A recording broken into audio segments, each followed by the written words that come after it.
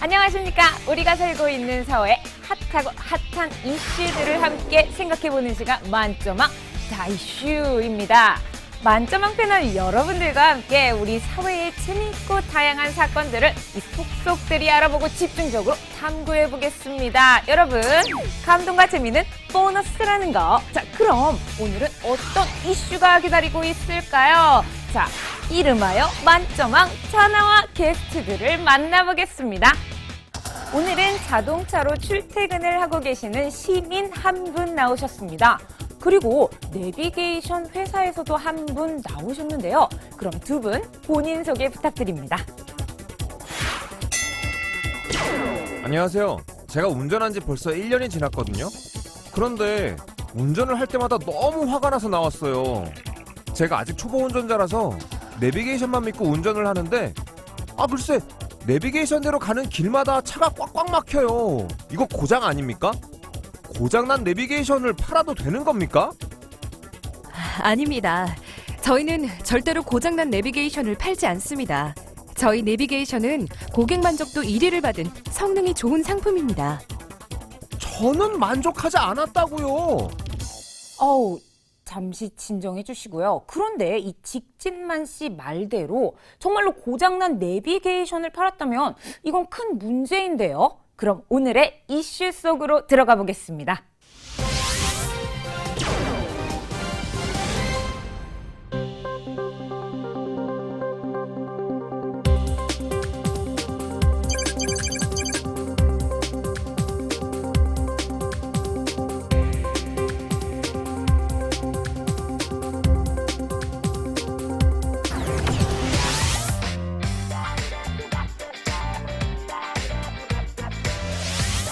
내비게이션 회사 측의 말도 안 들어볼 수가 없는데요. 직진만 씨 의견에 대해서 어떻게 생각하시나요? 사실 직진만 씨가 저희 회사에 100여 회가 넘게 전화를 하셨어요. 차가 막히는 이유가 내비게이션 때문이라고 하시는데요. 그 지역에는 차도 많고 사람도 많아서 길이 늘 막히는 곳입니다. 많은 분들이 알고 있는 사실인데 직진남 씨만 모르는... 뭐라고? 이봐요. 옛날에는 이렇게까지 막히지도 않았어요. 다이슈 패널 여러분, 속 시원하게 해결 좀 해줘 보세요. 얘기를 들어보니까 이 직진만 씨가 다니는 길에 굉장히 차가 많은 것 같은데요.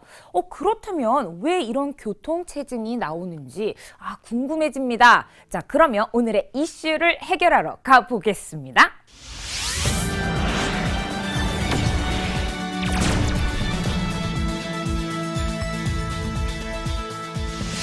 오늘의 이슈 해결을 위한 개념 브리핑입니다. 다이슈 첫 번째 개념은 바로 우리나라 도시 발달의 특징입니다. 여러분, 왜 도시에 교통체증이 생기는 걸까요? 자동차가 많아서? 그렇다면 도시에 자동차는 왜 많을까요? 바로 도시 발달에 대해서 알아보면 될 것 같은데요. 특히 우리나라는요, 1960년대와 1970년대에 도시가 급격히 성장했다고 합니다. 그렇다면 어떤 도시들이 있고 어떻게 도시가 발달됐는지 함께 알아보겠습니다. 우리나라는요, 1960년대와 70년대에 도시가 발달했다 그러는데 그럼 왜 하필 1960년대 이후로 도시가 발달했을까요? 바로 그 이유는 1960년대 이전에는 할 수가 없었어요. 남한과 북한이 싸운 바로 6.25 전쟁이 있었기 때문이죠. 그래서 이 폐허가 된 나라를 다시 재정비하느라 바쁜 시기를 보냈답니다. 그래서 우리나라는 바로 1960년대 이후부터 도시가 발달하기 시작했답니다. 자, 그러면 1960년대 이후에 어떠한 도시들이 있었는지 우리 지도를 통해 살펴보기로 할까요? 1960년대 도시 분포를 나타낸 지도입니다. 지도의 제목을 보니까 맨 위에 우리나라 도시 수와 도시별 인구에 대해서 나타내고 있는데요. 1960년대 그 당시에 도시가 몇 개나 있었는지 그리고 인구는 몇 명이나 되는지 보여주고 있습니다. 자, 그럼 지도를 한번 살펴볼게요. 원이 보이는데요. 이 원이 무엇을 의미하는지, 그리고 원의 크기도 다르고 색깔도 다릅니다. 자, 이것들이 무엇을 의미하는지 살펴보겠습니다. 자, 이 아래쪽 하단을 보면 바로 이 원은요, 바로 도시를 나타내면서 이 원의 크기와 색깔은 바로 인구수를 동시에 나타냅니다. 그래서 지금 보면 이 노란색, 주황색, 빨강색으로 갈수록 원의 크기도 점점 커지면서 그리고 인구도 더 많아지죠. 자, 지금 지도에 나온 걸 보니까 지금 노란색으로 표시되어 있는 것이 바로 서울과 부산입니다. 노란색은요, 바로 인구 100만이 넘는 도시를 의미하는데요. 1960년대 인구 100만이 넘는 도시는 바로 서울과 부산, 이 두 곳이었네요. 그 외에도 지금 대구라던가 그리고 인천이 보이는데요. 대구는 초록색으로 표시되어 있고 인천은 하늘색으로 표시되어 있습니다. 원의 크기를 보니까 지금 눈에 띌 정도로 바로 인구가 이때 당시 많았다는 것을 알 수 있는데요. 자, 그래서 1960년대는요. 바로 서울과 부산과 포함해서 바로 대구와 인천도 지금 사람이 상당히 많이 살았다. 이쪽 도시가 급격히 성장했다라는 것을 알 수 있습니다. 그렇다면 왜 이러한 도시들이 급격히 성장했을까요? 우리나라는 1960년대 이전엔 바로 농업 중심의 국가였는데요. 1960년대 이후로 들어오면서 바로 제조업이 발달했답니다. 제조업은 무엇일까요? 바로 자연에서 얻은 생산물에 가공을 해서 생활에 필요한 옷이나 그리고 신발 그리고 식료품과 같은 이 물건을 만드는 활동을 말합니다. 그래서 도시에는 이러한 물건을 만들기 위해 공장이 생기고 사람들은 일자리를 찾기 위해 도시로 이동하면서 도시가 급격히 성장하게 되었답니다. 2015년 도시분포도를 함께 살펴볼 건데요. 1960년대 도시분포 지도와 함께 비교해 보겠습니다. 짠! 2015년 지도를 보니까 우와, 원의 개수가 굉장히 많이 증가했어요. 원은 곧 바로 도시를 의미하잖아요. 그래서 도시수가 증가했다라는 것을 알 수 있습니다. 자, 그러면 인구 100만이 넘는 도시를 함께 찾아볼게요. 인구 100만이 넘는 도시 어떤 원을 찾아보면 될까요? 노란색 원, 주황색, 그리고 빨강색 원을 찾아보면 되겠습니다. 가장 먼저 눈에 보이는 게 이 빨강색 원이 크게 보이는데요. 어디인가요? 네, 맞습니다. 바로 이쪽 서울입니다.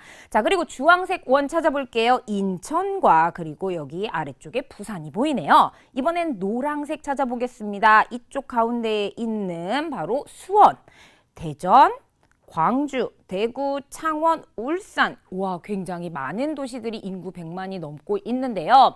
1960년대는 인구 100만이 넘는 도시가 이쪽 서울과 부산 두 곳이었는데요. 2015년에는요. 인구 100만이 넘는 도시가 서울, 부산을 포함해서 인천, 대구, 대전, 광주, 울산, 수원, 창원 이렇게 9곳이나 되네요. 우와, 굉장히 많습니다. 그리고 지도를 보니까 원이 굉장히 모여있는 곳이 있는데 어디일까요? 네, 맞습니다. 이쪽 수도권 일대에 굉장히 많은 도시가 증가했다라는 것을 알 수 있습니다. 그래서 1960년대와 비교해서 볼 때 도시수와 인구수가 전체적으로 크게 늘어났다는 것을 알 수 있죠. 자, 그리고 또 한 곳 바로 눈에 띄는 곳이 있는데요. 어딘가요? 바로 남동쪽 이 해안 지역도 도시와 인구수가 많이 늘어났음을 알 수 있습니다. 왜 이렇게 많이 늘어났을까요? 1960년대는요, 바로 제조업이 발달했다고 했는데요. 이 제조업이 발달하면서 기술과 자본을 갖추면서 1970년대는 석유, 조선, 제철 산업과 자동차 산업 등이 발달했답니다. 그래서 1970년대 들어와서는 바로 포항, 울산, 마산, 창원 등 이러한 도시들이 대도시의 성장과 더불어 새로운 공업도시로 성장하면서 도시 인구가 크게 늘어났답니다. 다 이슈 속 핵심 포인트. 우리나라 도시 발달의 특징입니다. 1960년대 이후에는 공업이 발달하면서 본격적으로 도시 발달이 이루어졌습니다. 1970년대에는 대도시의 지속적 성장과 새로운 남동쪽 해안공업 도시의 성장으로 인구가 크게 증가했습니다.